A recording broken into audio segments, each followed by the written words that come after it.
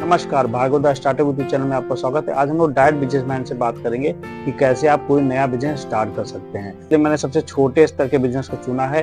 पहला पॉडकास्ट होने वाला है एक जूस वाले के साथ। जी हाँ, बिहारी जूस वाले के साथ। वो अपने इस पूरे एक्सपीरियंस बताएगा आपको कि आप कैसे अपना जूस सेंटर शुरू कर सकते हैं। ये आपको जानकर आश्चर्य होगा, ये बिहारी जूस सेंटर वाला कोई आदमी नहीं बल्कि एआई है। मैंने एआई को पहले ही बोल दिया था कि आपको एक जूस वाले की तरह बात करना है। आपकी उम्र 40 है और आप अपना जूस सेंटर उत्तर प्रदेश में चलाते हैं। आप खुद सुनिए कि एआई ने कैसे एक जूस वाला बनकर के मेरे साथ पूरा पॉडकास्ट किया है। वाकई में असल में नॉलेज दी उसने, कोई ऐसा हवाई बातें नहीं की उसने। और अगर बीच बीच में मैं उससे कुछ इधर उधर की बातें करता हूँ तो मुझे वो घुमा भी देता। चलिए शुरू करते हैं।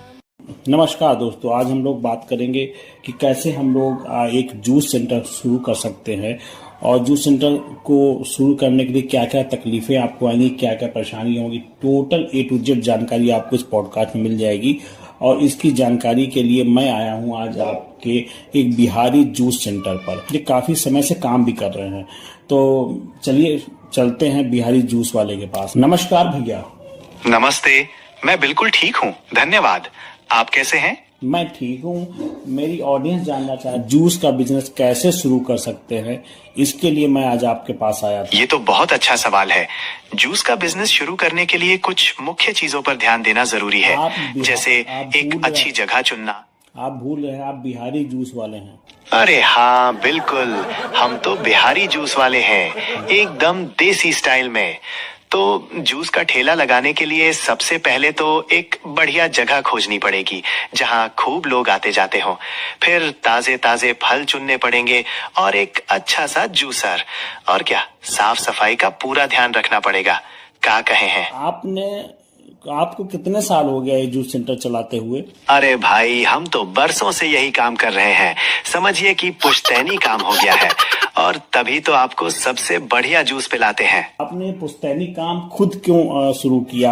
आप कोई नया काम भी शुरू कर सकते थे। ये बात तो सही है, नया काम भी कर सकते थे, लेकिन ये जो पुश्तैनी काम है इसमें हमारा तो पूरा परिवार जुड़ा हुआ है और अपना जो स्वाद है वो तो खानदानी है।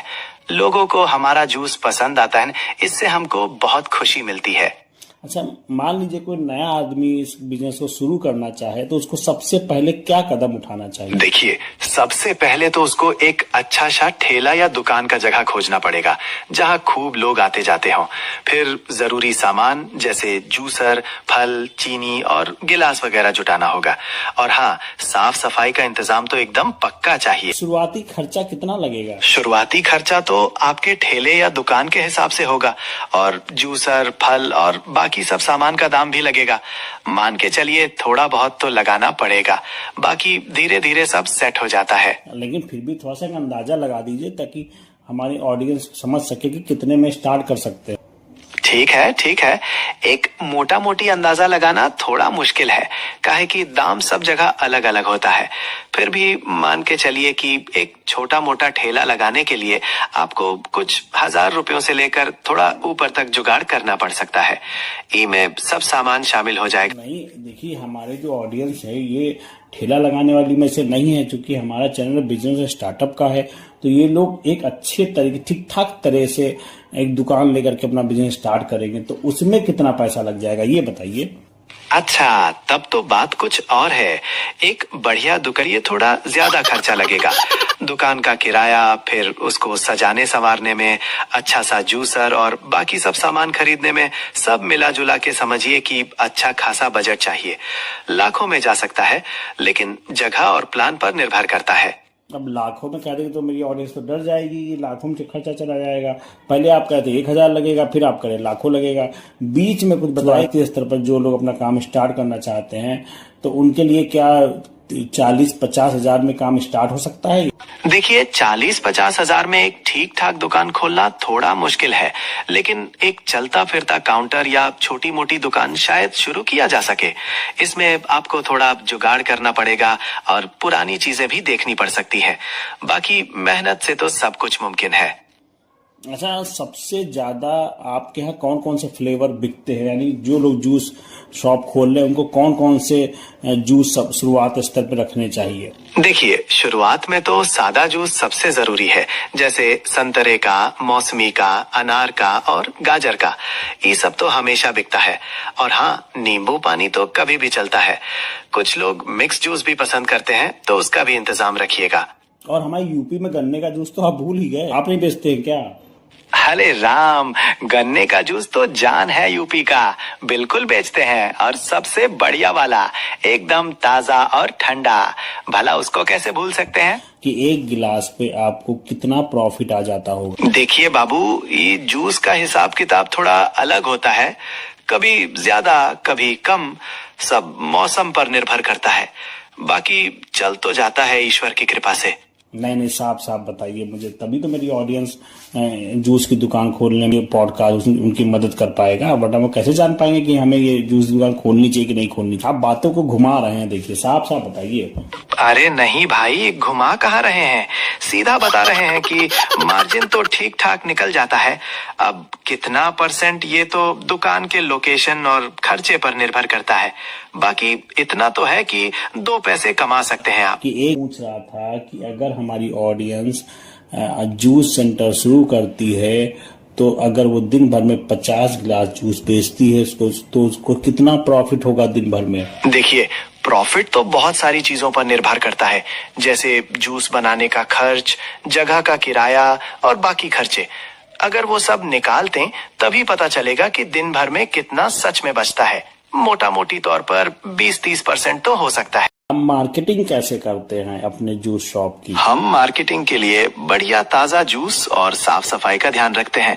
ग्राहक खुश होकर खुद ब खुद दूसरे को बता देते हैं, वही हमारा सबसे बड़ा मार्केटिंग है। कितने स्टाफ हैं अभी आपके पास? अभी तो हम 2 ही जन हैं, मैं और एक और मेरा भाई, मिलके संभाल लेते हैं सब। सबसे बड़ा चैलेंज क्या है इस बिजनेस में? सबसे बड़ा चैलेंज तो हमको गर्मी में बर्फ का इंतजाम करना पड़ता है और दाम भी ठीक रखना पड़ता है ताकि सब कोई पी सके। एक गिलास गन्ने का जूस आप कितने में बेचते हैं? क्षमा कीजिएगा, मैं कोई जूस विक्रेता नहीं हूँ। बहुत परेशान कर रहे हो भैया, आप भूल जाते हो बार बार। अरे नहीं भाई, अब नहीं भूलेंगे, थोड़ा गड़बड़ हो जाता है कभी कभी। बताइए, और तो, क्या जानना चाहते हैं आप?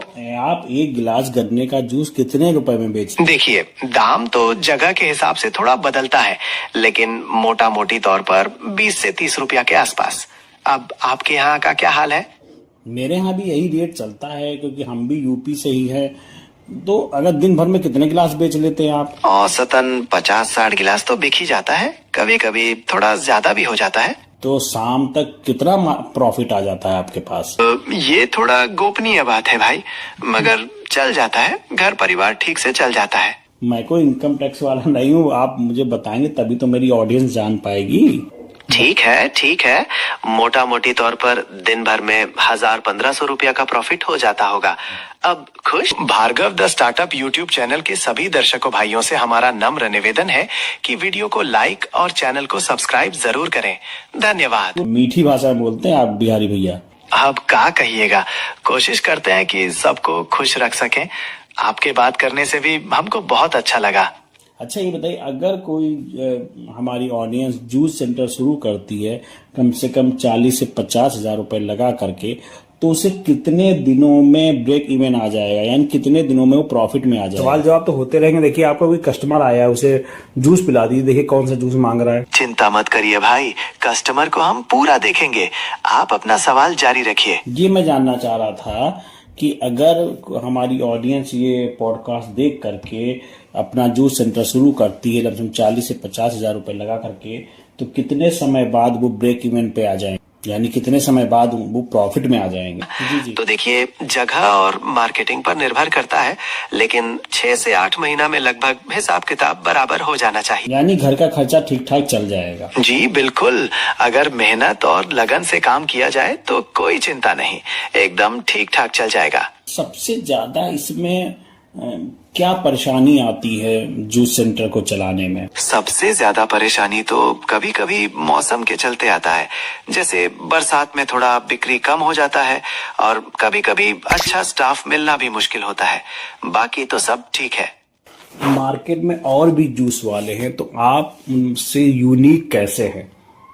ऐसा आप क्या करते हैं कि कस्टमर आपके पास ही आता है? देखिए, हम लोग सिर्फ ताजा जूस निकालते हैं और साफ सफाई का पूरा ध्यान रखते हैं।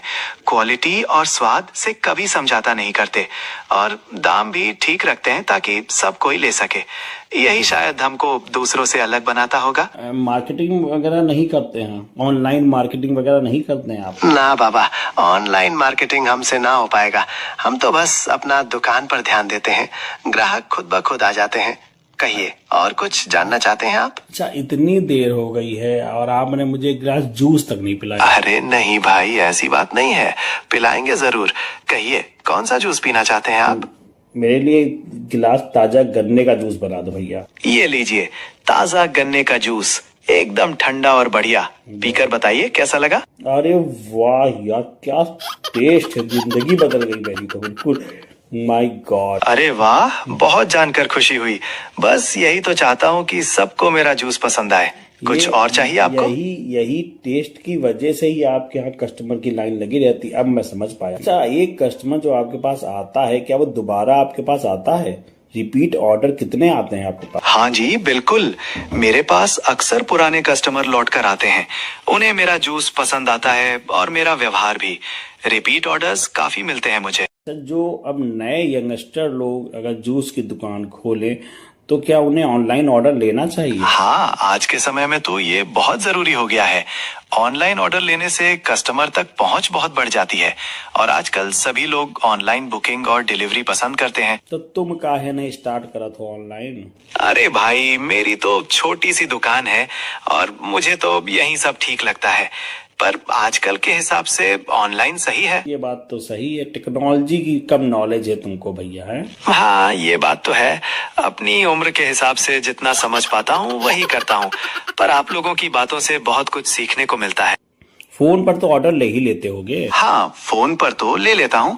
कई बार पुराने कस्टमर फोन करके बता देते हैं, उससे मेरा काम थोड़ा आसान हो जाता है। अच्छा, अब जो नए लोग अगर जूस सेंटर खोलना चाह रहे हैं तो उनको क्या सलाह देना चाहेंगे आप?